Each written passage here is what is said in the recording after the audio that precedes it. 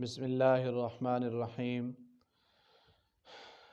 الحمدللہ رب العالمین والصلاة والسلام علی سید الانبیاء والمرسلین اما بعد فاعوذ باللہ من الشیطان الرجیم بسم اللہ الرحمن الرحیم الرحمن علم القرآن خلق الانسان علمہ البیان آمنت باللہ صدق اللہ مولانا العظیم وبلغنا رسولہ النبی الکریم الامین مولا صلی وسلم دائما ابدا علی حبیبک خیر الخلق کلہم هو الحبیب الذی ترجى شفاعته لکل حول من الاحوال مقتحم۔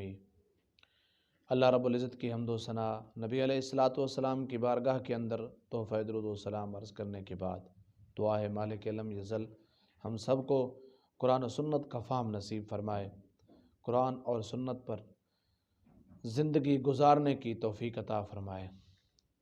قرآن مقدس کی آیات کریمہ میں نے تلاوت کی ہیں۔ اللہ رب العزت نے ارشاد فرمایا الرحمن علم القرآن خلق الانسان علمہ البیان۔ مالک کائنات نے ارشاد فرمایا ہے کہ رحمان وہ ہے جس نے انسان کو قرآن دیا، پیدا کیا، پھر اسے بیان کرنے کا طریقہ بھی عطا فرمایا۔ ظاہر ہے اس سے مراد علم ہے قرآن پاک کا۔ بہت سارے علوم دنیا کے اندر رائج ہیں، لیکن ہم جتنی افادیت اور جتنے زیادہ فائدے علم دین کے ہیں اتنے کسی اور علم کے نہیں ہیں، جو دنیا کے ساتھ ساتھ انسان کی آخرت کو بھی سنوار دیتا ہے۔ نبی علیہ السلام نے خصوصی طور پہ علم دین حاصل کرنے والوں کے لیے جو فرمان جاری کیے ہیں وہ روز روشن کی طرح عیاں ہیں۔ ایک حدیث پاک حضرت ابو امامہ باہلی رضی اللہ تعالیٰ عنہ سے روایت ہے، فرماتے ہیں آقا علیہ السلام کے سامنے دو آدمیوں کا ذکر کیا گیا، ایک ان میں عبادت گزار تھا اور ایک ان میں عالم تھا۔ تو سرکار عبد قرار صلی اللہ علیہ وسلم نے ارشاد فرمایا عابد پر عالم کی فضیلت ایسی ہے جیسی میری فضیلت تمہارے کسی ادنا آدمی پر ہے۔ آپ ذرا سوچیں کتنا بڑا اعزاز نبی علیہ السلام نے علم دین حاصل کرنے والوں کو اپنی زبان حق ترجمان سے عطا فرمایا ہے۔ یہ وہ زبان جس کے بارے میں قرآن مقدس کہتا ہے وما ينطق عن الهوى ان هو الا وحی یوحی۔ یہ زبان جب بھی کھلتی ہے اپنی خواہش سے کبھی نہیں کھلتی، اس پر جب بھی کوئی فرمان جاری ہوتا ہے تو وہ رب العالمین کی وحی کے ذریعے جاری ہوتا ہے۔ اس زبان حق ترجمان سے یہ الفاظ نکلے کہ عبادت کرنے والا عابد جو ہے اس پر عالم کو فضیلت اتنی زیادہ ہے جیسے مجھے تمہارے کسی ادنا آدمی پر فضیلت حاصل ہے۔ پھر بھی اگر ہم علم دین حاصل کرنے کے بعد، دین سے وابستہ رہنے کے بعد کسی اور چمک دمک کو دیکھ کر احساس کم تری کا شکار ہو جائیں تو پھر ہماری اپنی قسمت کی بات ہے، ورنہ نبی علیہ السلام نے ہمارے لیے بہت سارے ایسے موتی عطا فرمائے اور فرمایا کہ علم دین کوئی ایسی چھوٹی چیز نہیں ہے۔ اسی حدیث میں پھر حضور نے فرمایا کہ لوگوں کو بھلائی کا کام سکھانے والے جو لوگ ہوتے ہیں اللہ رب العزت ان پر اپنی رحمت کا نزول فرماتا ہے۔ یعنی علم دین کے ذریعے جو لوگوں کو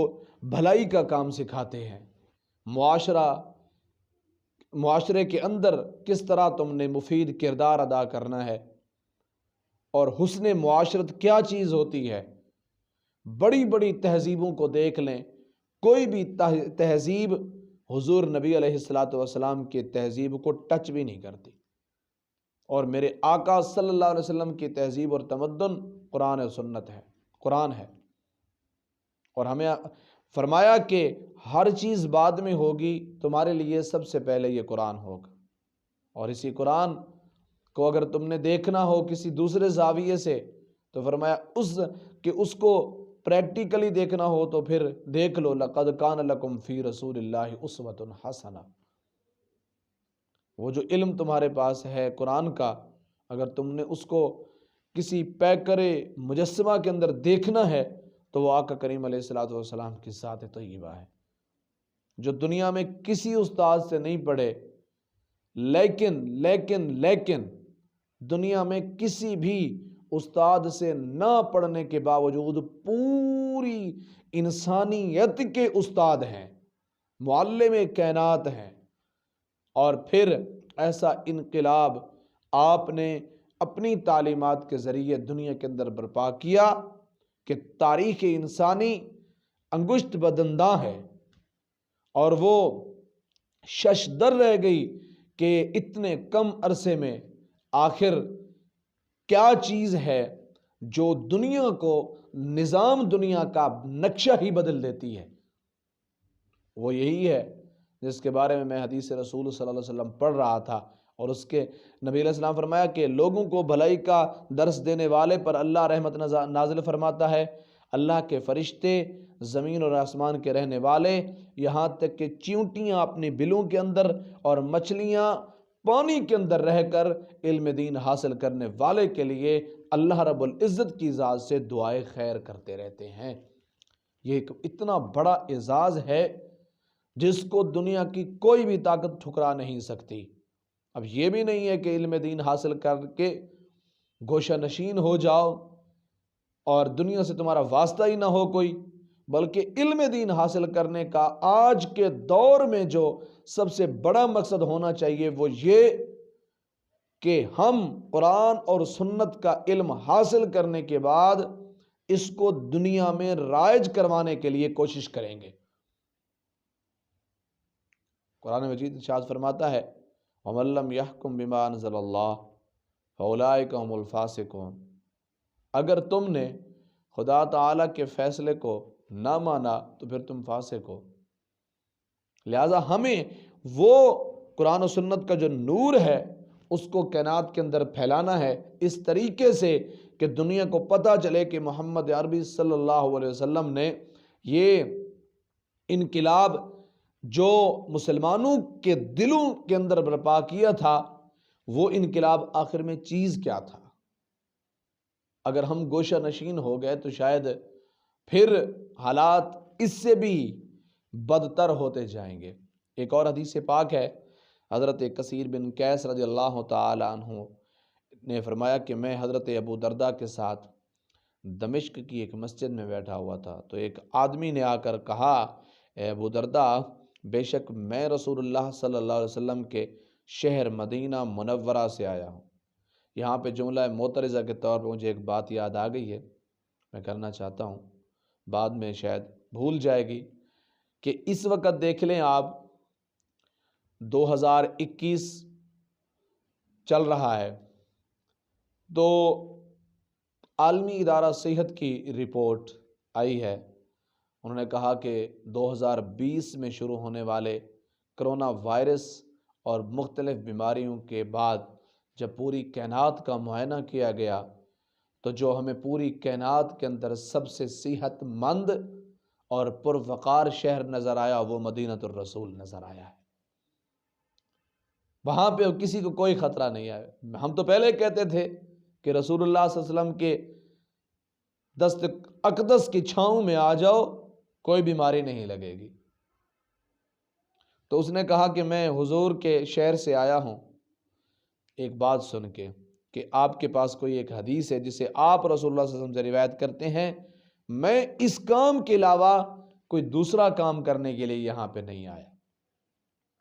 حضرت ابو درداء نے کہا میں نے رسول کریم صلی اللہ علیہ وسلم کو فرماتے ہوئے سنا ہے جو شخص علم دین حاصل کرنے کے لیے سفر کرتا ہے تو خدا تعالیٰ اسے جنت کے راستوں میں سے ایک راستے پر چلا دیتا ہے، اور طالب علم کی رضا حاصل کرنے کے لیے فرشتے اپنے پروں کو بچھا دیتے ہیں۔ ہر وہ چیز جو آسمان اور زمین میں ہے، یہاں تک کہ مچھلیاں پانی کے اندر عالم کے لیے دعائیں مغفرت کرتی رہتی ہیں، اور عالم کی فضیلت عابد پر ایسی ہے جیسے 14ویں رات کے چاند کی فضیلت ستاروں پر۔ علماء انبیاء کرام کا ترکہ درہم اور دینار نہیں ہوتے، اور کیونکہ علماء انبیاء کے وارث ہوتے ہیں، یہ اس ترکے کے وارث ہوتے ہیں جو انبیاء کرام چھوڑ کے جاتے ہیں۔ انہوں نے وراثت میں صرف علم چھوڑا ہوتا ہے، جس نے اسے حاصل کیا اس نے پورے کا پورا حصہ حاصل کر لیا۔ اب ہمارے علماء، ہم دعوے دار ہیں اس بات کے کہ نبی علیہ الصلوۃ والسلام کی وراثت کا علم ہمارے پاس ہوتا ہے، تو پھر اس وراثت کو نبھانا بھی ویسے ہے جیسے سیرت رسول صلی اللہ علیہ وسلم۔ اگر ہم ایسا نہیں کرتے تو پھر ہم وہ دعویٰ کرنے کے بھی روادار نہیں ہو سکتے۔ اگر قوم کے لیے محنت، کوشش اور علم دین کی ترویج و اشاعت کے لیے جد و جہد نہیں کرتے تو پھر ہم وہ دعویٰ نہیں کر سکتے۔ اور قوم کو چاہیے انہی فضیلتوں کو سامنے رکھتے ہوئے اپنے آپ کو اور اپنے وقار کو پہچانے کہ ہمارا وقار کیا ہے، اب کیا ہے، پہلے کیا تھا۔ جب ہماری خود کی درسگاہیں آباد ہوا کرتی تھیں، جہاں سے قال اللہ و قال الرسول کی صدائیں بلند ہوا کرتی تھیں، جب ان کا دورہ تھا تو پھر ابن العربی جیسے، پھر امام غزالی جیسے، پھر امام احمد رضا جیسے علماء پیدا ہوا کرتے تھے۔ اور آج ہم دیکھتے ہیں بہت ہی اخیر کا زمانہ ہے۔ ایک حدیث پاک پڑھ رہے تھے جس میں نبی علیہ الصلوۃ والسلام نے تذکرہ فرمایا کہ قرب قیامت کچھ ایسے لوگ آئیں گے جو اپنے اسلاف کے لیے اچھے وہ نہیں رکھیں گے، خیالات نہیں رکھیں گے۔ یہ قیامت کی نشانیوں میں سے ایک نشانی ہے۔ آج ہم دیکھتے ہیں کہ ابتدائی درجے کے طلاب بڑے بڑے بحر العلوم علماء کرام پر تبصرے کرتے ہوئے نظر آتے ہیں۔ وہ سمجھ لیں کہ ان کو اساتذہ کرام سے صحیح طرح فیض نہیں پہنچ رہا۔ اگر فیض پہنچ رہا ہوتا تو وہ علماء کرام پر اسی طرح تبصرے کبھی بھی نہ کرتے، جس طرح بے ادبی کو روا رکھ کے یہ تبصرے کیے جاتے ہیں۔ کوئی حق نہیں پہنچتا کسی کو کہ وہ ایک بڑے عالم، ایک لیول کے عالم کے بارے میں چھوٹے سے بچے کو تیار کر کے اور اس سے باتیں کہلوائے اور عالم دین کی توہین اور بے ادبی کروائے۔ جو درس ہمیں رسول اللہ صلی اللہ علیہ وسلم کی ذات طیبہ سے ملا تھا، ہمیں اسی پر گامزن رہنا ہے اور اسی کے لیے ہی کام کرتے رہیں۔ حضرت ابو ہریرہ رضی اللہ تعالی عنہ سے روایت ہے، فرماتے ہیں کہ رسول کریم صلی اللہ علیہ وسلم سے جو باتیں میں نے معلوم کی ہیں ان میں سے ایک یہ ہے کہ ہر صدی کے خاتمہ پر اس امت کے لیے اللہ رب العزت ایک ایسے شخص کو بھیجے گا جو اس کے لیے اللہ رب العزت کے دین کو نکھار دے گا۔ اب ذرا خود سوچیں، یہ علماء کرام کا درجہ ہے اور یہ علم حاصل ہو سکتا ہے تھوڑے سے زیادہ، زیادہ سے اور زیادہ اور زیادہ سے ازید کے مرتبے میں جا سکتا ہے۔ لہذا وہ دین کی تعلیم کی جو روح ہے ہمیں اس تک پہنچنا چاہیے۔ قرآن مجید فرقان حمید کے اندر مالک کائنات نے ارشاد فرمایا، جو سب سے بڑی خامی نظر آتی ہے اس وقت، وہ کیا ہے کہ ہم قرآن و سنت کی تعلیمات کو جس طرح لوگوں پر نافذ کروانے کی، اپنے مقتدیوں پر، اپنے دوست احباب پر کوشش کرتے ہیں، کاش کہ سارا ویسے اپنے اوپر بھی نافذ کریں اور پابندی کے ساتھ کریں۔ ماشاءاللہ بہت سارے علماء کرام ہیں میں اس طبقے کی بات کر رہا ہوں جو ابھی اس لحاظ سے نیچے بھی ہیں لیکن پھر بھی وہ علماء کرام پر تبصرے کرتے ہوئے نظر آتے ہیں۔ قرآن مجید ارشاد فرماتا ہے اتأمرون الناس بالبر وتنسون انفسکم وانتم تتلون الکتاب افلا تعقلون۔ تم لوگوں کو نیکی کا حکم دیتے ہو، خود بھول جاتے ہو، خود کو بھول جاتے ہو، حالانکہ تم اللہ کی کتاب بھی پڑھتے ہو پھر بھی بھول جاتے ہو۔ اور پھر فرمایا تمہیں عقل نہیں ہے۔ یا ایھا الذین آمنوا لم تقولون ما لا تفعلون، ایمان والو ایسی باتیں کیوں کہتے ہو جن پر خود عامل نہیں ہو، جو کام خود نہیں کرتے ہو وہ بات کرتے کیوں ہو؟ لہٰذا ہمارے لیے یہ چیز انتہائی ضروری ہے کہ دینی تعلیم کے فروغ کے لیے، اس کی ترویج و اشاعت کے لیے کام کریں، لیکن اس پیرائے پر کہ پہلے ہمارے اندر سے،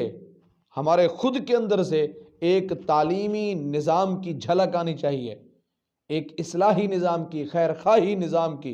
حضور کی حدیث پاک ہے، آپ نے فرمایا دین النصیحہ، دین خیر خواہی کا نام ہے، انا پرستی کا نام نہیں ہے، تکبر کا نام دین نہیں ہے،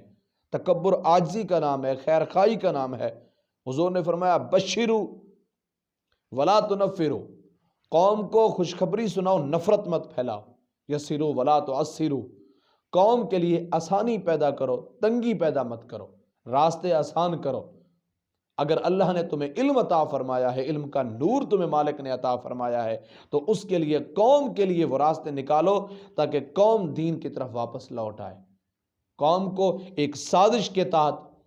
ایک بڑی سازش کے تحت گمراہ کیا گیا، لیکن وہ قوم واپس آ سکتی ہے اگر دینی تعلیم حاصل کرنے والے احباب اس کو، قوم کا ہاتھ پکڑ لیں اور اخلاص اور محبت کے ساتھ قوم کو دین کی طرف لے آئیں۔ ہمارے بزرگ علماء جو اس وقت بھی کام کر رہے ہیں، اللہ رب العزت ان کے عمر کے اندر مزید برکتیں عطا فرمائے، ان کا فیض ہمیں ملتا رہے۔ ہم تو ان کے جوتے اٹھانے کو بھی سعادت سمجھیں گے اگر زہ نصیب مل جائے یہ نوکری بھی تو علماء کرام کی، جو اتنی بڑی بڑی قربانیاں دے کر کام کرتے ہیں۔ اس بارے میں جو بندہ اپنے علم کے برعکس عمل کرتا ہے اور جو اپنے علم کو رسول اللہ صلی اللہ علیہ وسلم کی حدیث اور اللہ کے قرآن کے تابع نہیں کرتا بلکہ اس سے آگے بڑھنے کی کوشش کرتا ہے، اس کے بارے میں کیا ارشاد فرمایا آقا علیہ الصلوۃ والسلام نے؟ حضرت احوص رضی اللہ تعالی عنہ اپنے باپ سے روایت کرتے ہیں، انہوں نے کہا کہ رسول کریم صلی اللہ علیہ وسلم نے ارشاد فرمایا آگاہ ہو جاؤ، برے لوگوں میں سب سے بدترین علماء سو ہیں اور اچھے لوگوں میں سب سے بہترین علماء حق ہیں۔ چھوٹی سی بات کا پتنگڑ بنا کے اس کو کسی عالم ربانی کے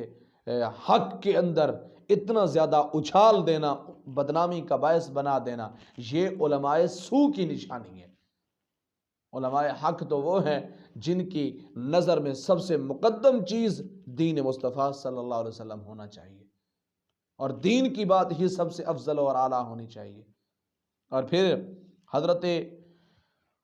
سفیان سے روایت ہے کہ حضرت عمر بن خطاب نے پوچھا کہ اہل علم لوگ کون ہوتے ہیں؟ یہ وہ موتی ہیں جو آقا علیہ الصلوۃ والسلام نے ہمیں عطا فرمائے، ہمیں ان کو پڑھنا نہیں ہے، صرف پڑھ کے سمجھ کے عمل کرنا ہے اور اس کے ساتھ ہی اپنی زندگی کو گزارنے کی کوشش کرنی ہے۔ کون لوگ ہیں اہل علم؟ انہوں نے جواب دیا کہ جو اپنے علم کے مطابق عمل کریں وہ اہل علم ہیں۔ پھر آپ نے پوچھا اچھا عالموں کے، علماء کے دلوں سے کون سی چیز علم کی انوار و برکات کو نکال لیتی ہے؟ تو انہوں نے کہا قال الطمع، لالچ نکال دیتی ہے۔ ہمارے ہاں معاشرے کو دیکھتے ہیں تو سمجھ آ جاتی ہے، جہاں پہ دین کی طرف راغب ہونے والوں کی تعداد بہت کم ہے، وہاں پہ ایسے لوگوں کی تعداد بہت زیادہ ہے جو سب کچھ پیسے کو اور دنیا کو سمجھتے ہیں، اور شومی قسمت کے کچھ نام نہاد علم رکھنے والے اپنے آپ کو بزام خیش علماء کہلوانے والے بھی ان کے پیچھے چل پڑتے ہیں، حالانکہ ان کو پتہ نہیں ان کے دلوں کے اندر اللہ نے جو خزانہ عطا فرمایا ہے وہ دنیا کی ہر چیز سے بڑھ کر ہے، وہ قرآن و سنت کی تعلیمات کا خزانہ ہے۔ اگر وہ اس کو سمجھیں تو ہم دعا ہی کر سکتے ہیں، جتنے ہمارے بزرگ علماء کرام کام کر رہے ہیں، اللہ رب العزت ان کو استقامت نصیب فرماتے ہوئے ہمیں ان کے قدموں کا فیض نصیب فرمائے، اور ہم سب کو جو ہے نا قرآن و سنت پر عمل کرنے کی توفیق عطا فرمائے۔ وما علینا الا البلاغ۔